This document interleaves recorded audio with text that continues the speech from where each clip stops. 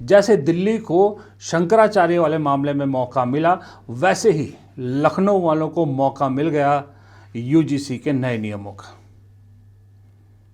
अब योगी आदित्यनाथ को भी लगा कि उत्तर प्रदेश के जरिए, शंकराचार्य के जरिए एक मैसेज दिया जा रहा है कि योगी आदित्यनाथ तो दरअसल पहनते भगवा हैं, लेकिन अंदर से ठाकुरों के साथ, राजपूतों के साथ हैं, ये ब्राह्मणों के खिलाफ हैं। और योगी आदित्यनाथ के कोर सपोर्टर्स में बांटने की कोशिश की, उन्हें डिवाइड करने की कोशिश की। यही चीज़ योगी आदित्यनाथ ने उल्टा दांव दिल्ली वालों पे चल दिया। और इस जो यूजीसी विवाद है, इसको लेकर कहा जाता है जितने बड़े बड़े प्रदर्शन हो रहे थे, कहीं ना कहीं लखनऊ का सपोर्ट इनको था। वरना आप सोचिए, उत्तर प्रदेश जैसी जगह पर मोदी तेरी कब्र खुदेगी, यूजीसी की छाती पर इस तरह के नारे तक लगे, मोदी अमित शाह के पुतलों को जलाया गया, उसके बावजूद एक भी एफआईआर नहीं हुई। और प्रदर्शन भी सबसे बड़े लेवल पर उत्तर प्रदेश से ही देखने को मिले। यही चीजें अगर कहीं किसी और जगह हुई होती तो अब तक कितने लोगों पे एफआईआर हो गए होते, कितने लोग जेल में ठूस दिए गए होते। जेएनयू में भी कुछ ऐसे ही हुआ था ना, कुछ ऐसे ही नारे लगे थे, वो इंसिडेंट्स तो कोई नहीं भूला। लेकिन यहां पर कोई कार्रवाई नहीं हो रही। और इन सब को बीच में अमित शाह ने गुजरात में बयान दिया कि सनातन की बेइज्जती जो करेगा वो सत्ता में नहीं लौट सकता, कुछ इस तरह का बयान दिया। तो उस इशारों में था वो, उसी का जवाब इशारों इशारों में योगी आदित्यनाथ ने यूजीसी को लेकर दिया। हम उन कारणों को ढूंढें जो समाज को बांटने वाले हैं। ये जाति के नाम पर, क्षेत्र के नाम पर, भाषा के नाम पर ये विभाजन, ये नए जिन्ना को पैदा करने की साजिश का हिस्सा है। हमें याद करना होगा, अब भारत के अंदर फिर से कोई नया जिन्ना पैदा ना होने पाए। और वो जिन्ना अगर पैदा होने का साहस करता है तो हमें उससे पहले कि वो भारत की अखंडता को चुनौती दे, उसको पहले ही दफन करके रख देना होगा। अब ये दिल्ली बनाम लखनऊ की लड़ाई में बीच में पीस वो रहे थे, जो ये अब अपना दर्द साझा कर रहे हैं, गिरिराज सिंह, निशिकांत दुबे जैसे बहुत से बीजेपी के नेता, क्योंकि ये मानते थे, ये दरअसल मानते थे क्या, ये मान चुके हैं, अभी भी शायद ये मान रहे हैं कि जब तक हिंदुत्व, हिंदू बनाम मुसलमान चल रहा है, हिंदू राष्ट्र चल रहा है, तब तक बीजेपी को इस देश की सत्ता से कोई नहीं हटा सकता। सुप्रीम कोर्ट ने आज यूजीसी के नए नियमों पर रोक लगा दी। उसकी खुशी उन नेताओं में कैसी दिखी, इसकी झलक आपको इन दो ट्वीट से दिख जाएगी। एक है निशिकांत दुबे, उन्होंने सुप्रीम कोर्ट के फैसले के बाद क्या ट्वीट किया आपकी स्क्रीन पर है। और दूसरे हैं गिरिराज सिंह, उन्होंने भी इस फैसले के बाद ट्वीट किया। हालांकि दोनों के ट्वीट में जो दर्द है, वो जो राहत है, वो झलक रही थी। पिछले 2-3 दिन से यूजीसी को लेकर बड़ा कुछ चल रहा है इस देश में, बड़ा विवाद चल रहा था। उससे पहले शंकराचार्य को लेकर विवाद चला तो ये दोनों खामोश रहे। अक्सर हर बात पे अपनी राय रखने वाले ये दोनों नेता भी चुप थे। आज सुप्रीम कोर्ट ने जैसे ही यूजीसी के नियमों पर रोक लगाई, इन दोनों के दिल का दर्द निकल के आ गया। निशिकांत दुबे कहते हैं, यूजीसी पर गाली देने वाले ज्ञानी, पिछले 2 दिनों से संसद जा रहा हूं, किसी राजनीतिक दल के किसी सदस्य ने इस पर चर्चा तक करना मुनासिब नहीं समझा। उल्टा जिस सरकार ने प्रधानमंत्री मोदी जी के नेतृत्व में ईडब्ल्यूएस को 10% आरक्षण देकर गरीब की सुध ली, उसी को गाली। मैं दोबारा आपसे करबद्ध निवेदन करता हूं कि मोदी जी पर भरोसा रखिए। संविधान की धारा 14 एवं 15 के तहत ही देश के कानून चलेंगे। सुप्रीम कोर्ट ने भी यही किया। गिरिराज सिंह कहते हैं, सनातन को बांटने वाले यूजीसी के नियम पर माननीय सर्वोच्च न्यायालय पर रोक लगाए जाने पर हार्दिक आभार। यह निर्णय भारत की सांस्कृतिक एकता और सनातन मूल्यों की रक्षा की दिशा में महत्वपूर्ण है। मोदी सरकार की पहचान सबका साथ, सबका विकास, सनातन की अखंड एकता की है जीत। दोनों ने एक चीज पे जोर दिया सनातन की एकता। अब आप सोचिए, जो बीजेपी 12 साल से यूं बंद मुट्ठी दिख रही थी, बंद मुट्ठी। बीजेपी का उदाहरण मैंने खुद कई बार दिया बीजेपी का उदाहरण कि क्या डिसिप्लिन पार्टी है, अंदर की कोई चीज़ बाहर नहीं आती। जो एक बार सुप्रीम लीडर ने कह दिया वो सर्वमान्य है।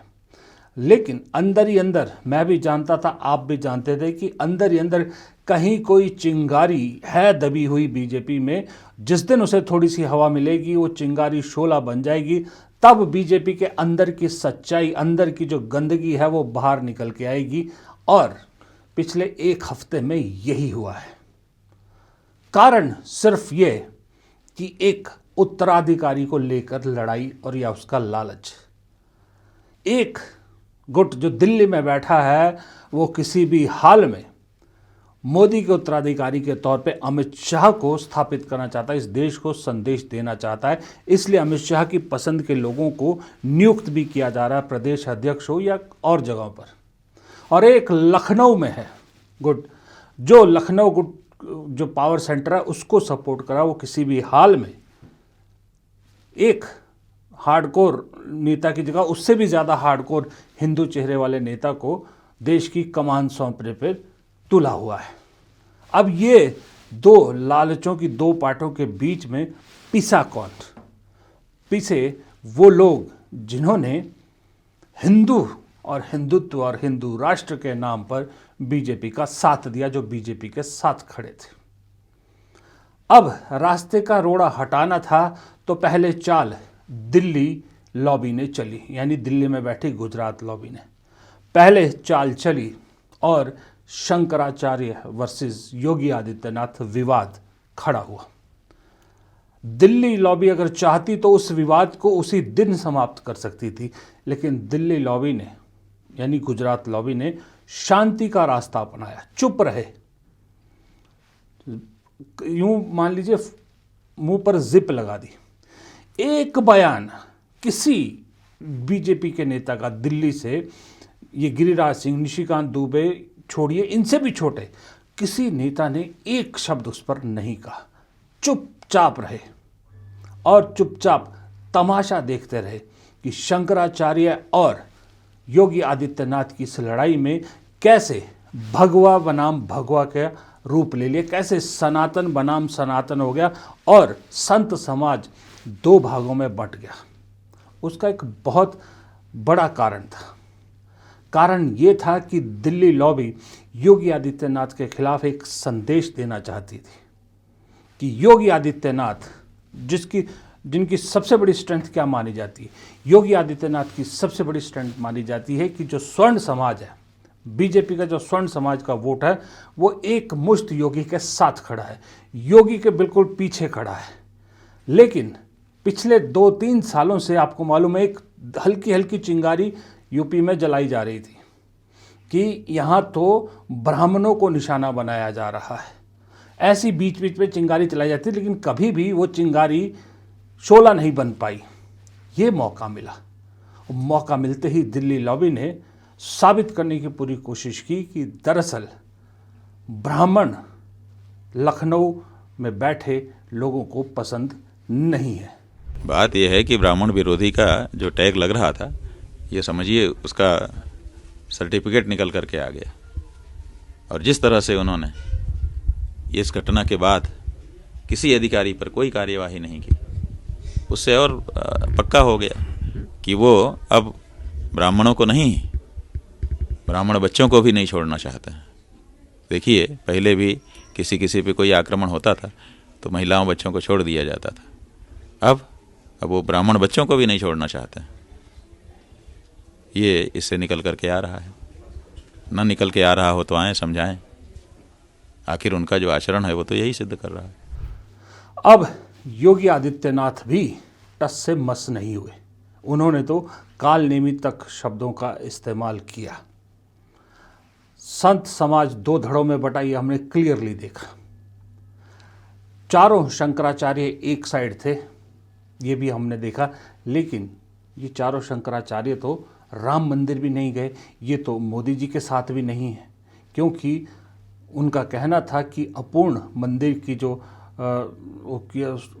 अपूर्ण मंदिर की जो प्राण प्रतिष्ठा की जा रही वो गलत है।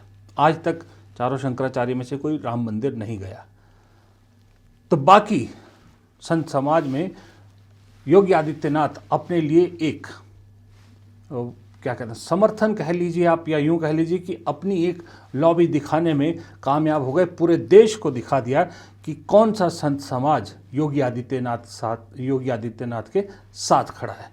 यहाँ ये आपको याद रखना होगा, जब राम मंदिर की प्राण प्रतिष्ठा हुई थी उस वक्त जो विवाद उपजा था जिसको लेकर शंकराचार्य भी नहीं गए, तब कोई भी ऐसा बड़ा संत समाज का ज्ञानी या कोई इस तरह के संत समाज के बड़े लोग नहीं थे जो मोदी जी के साथ खड़े हुए हों, जैसे इस वक्त योगी आदित्यनाथ के साथ कुछ लोग खड़े हुए। ये फर्क दिखा। अब बारी थी लखनऊ की। लखनऊ ने पलटवार किया, यानी योगी आदित्यनाथ ने पलटवार किया, और ये लोग भी यूं ही जीतते रहेंगे। लेकिन जब इन्होंने देखा कि ये तो हिंदू समाज ही बट रहा है, पहले सनातन समाज बटा, सनातन समाज बटने की जो खाई थी वो छोटी थी, ये तो पूरा हिंदू समाज ही बटने लगा, यानी कि अपर कास्ट एक तरफ, ओबीसी दलित एक तरफ होने लगे। ये बीजेपी के लिए सबसे घातक कदम ये हुआ है, और इस सब विवाद ने बीजेपी को नंगा करके रख दिया। बीजेपी की सच्चाई खोल के रख दी कि जो बाहर से सुंदर दिखता है ना, ज़रूरी नहीं कि अंदर भी उतना ही सुंदर हो, या जो बाहर से शांत दिखता है ज़रूरी नहीं अंदर भी इतनी ही शांति हो। अंदर कितना गुबार एक दूसरे के खिलाफ है, कितना सत्ता का लालच है, कितना कुर्सी का लालच है, ये सच्चाई न सिर्फ हम जैसे लोगों के सामने खुल के आई, बल्कि जो बीजेपी के अंधभक्त जो अपने आप को हिंदू राष्ट्र के कर्ता धर्ता कर्मठ कार्यकर्ता मानते थे, उनके सामने भी खुल गई। और खुली नहीं, इस कदर खुली कि मोदी शाह के खिलाफ ऐसे ऐसे नारे लगने लगे जो शायद सोचे भी नहीं होंगे बीजेपी ने। और ये गंदगी बिल्कुल खुल के सामने आ गई। पूरी बीजेपी नंगी होकर रह गई कि दरअसल ये ना हिंदुओं की है, ना ये मुसलमानों की है, ना ये संत समाज की है, ना ये अपर कास्ट की है, ना ये ओबीसी की है, ना दलितों की, ये किसी की नहीं है। ये पार्टी सिर्फ और सिर्फ वोट की है और सत्ता की है। अपने आप को ओबीसी कहने वाले प्रधानमंत्री जब स्वर्ण समाज से ये सब विरोध देख रहे होंगे, सुन रहे होंगे, तो समझ सकते हैं हम लोग कि मोदी जी के दिल पर क्या गुजर रही होगी। और ठीक जब योगी जी को संत समाज से विरोध करना पड़ रहा था, तब उन्हीं मोदी शाह की जोड़ी को दिल में शांति पड़ रही होगी। लेकिन 4 दिन के बाद मामला पलट गया। अब तकलीफ दिल्ली हो रही थी और शांति मन को लखनऊ वालों को मिल रही थी। ये पूरी कहानी खुल के आ गई। इसमें सबसे बढ़िया क्या हुआ, हींग लगे ना फिटकरी, रंग चोखा ही चोखा जिसको कहते हैं ना, ये अपोजिशन के लिए हुआ। देखिए, ये तो हम और आप अच्छी तरह से जानते हैं, चाहे राहुल गांधी हो, चाहे अखिलेश यादव हो, या कोई और हो, जोर लगा लेते, पूरा कुछ भी कर लेते। ये आवरण हटाना आसान नहीं हो रहा था कि हिंदुओं को क्या घुट्टी चटाई जा रही है, उनकी आंख में पड़ी पट्टी हटाना आसान नहीं हो रहा था। लेकिन वो विनाश काले विपरीत बुद्धि जब कहते हैं ना, वो ही इस बीजेपी के साथ हुआ। उन्होंने खुद लोगों की आंखों से ये पट्टी हटा दी। अब ये पट्टी हटा दी तो सच्चाई सामने आ गई। अब आसान काम किसका हुआ? आसान काम हुआ इंडिया गठबंधन का, या ऑपोजिशन का, या कांग्रेस का, या अखिलेश का, जिसका भी आप कह लीजिए। क्योंकि दो चीज़ें इस सारे विवाद में, दोनों विवादों में साफ हो गई। पहली बात कि हिंदू राष्ट्र कहने को बड़ी बड़ी बातें कह लेते हैं लोग, लेकिन आज भी सच्चाई यही है कि पहले परिवार, उसके बाद मेरी जात, उसके बाद मेरा धर्म, उसके बाद फिर देश। ये सच्चाई इस देश की खुल गई है कि आज भी यही है। और दूसरी सच्चाई ये खुल गई कि अभी तो मोदी जी हटने का इशारा तक नहीं कर रहे। उसी हालत में उत्तराधिकारी को लेकर इतनी मारधाड़ है। सोचिए, जिस दिन मोदी जी हट गए उस दिन कुर्सी को लेकर कितनी लड़ाई, कितनी खींचतान, कितनी जो तलवारबाजी है या कुछ आप कहे, वो बीजेपी के अंदर सिरफुटबल किस कदर का होने वाला है। और ये शुरुआत है, अभी मैं बता रहा हूँ, ये शुरुआत है। ये चिंगारी अब दबने वाली नहीं है, ये शोला बन चुका है और इस शोले का खामियाजा बहुत जल्द पूरी बीजेपी भुगतेगी, ये बात भी तय है। क्योंकि अगर अमित शाह ये कह रहे हैं कि सनातन धर्म को जो बेइज्जत करके कोई सत्ता में लौट नहीं सकता, और योगी आदित्यनाथ जिन्ना कह रहे हैं, जाति के नाम पे बांटने वालों को नए दौर का जिन्ना कह रहे हैं, तो इससे ज़्यादा कड़वाहट और क्या देखने को मिलेगी। और राहत के लिए सुप्रीम कोर्ट का सहारा लेना पड़ जाए बीच में लोगों को, तो आप वहाँ से अंदाज़ा लगा सकते हैं कि देखने में जो अच्छा लग रहा है ना, उस बुलबुले में एक छेद दिख गया है और उस छेद से अंदर की सड़ांध बाहर आने लगी है। बहुत जल्द ये बाहर से तंदुरुस्त दिखने वाला गेरुए रंग का फ्रूट है ना, अंदर से सड़ा हुआ निकलेगा, ये इस पूरे देश को दिख जाएगा। ये शुरुआत हो चुकी है।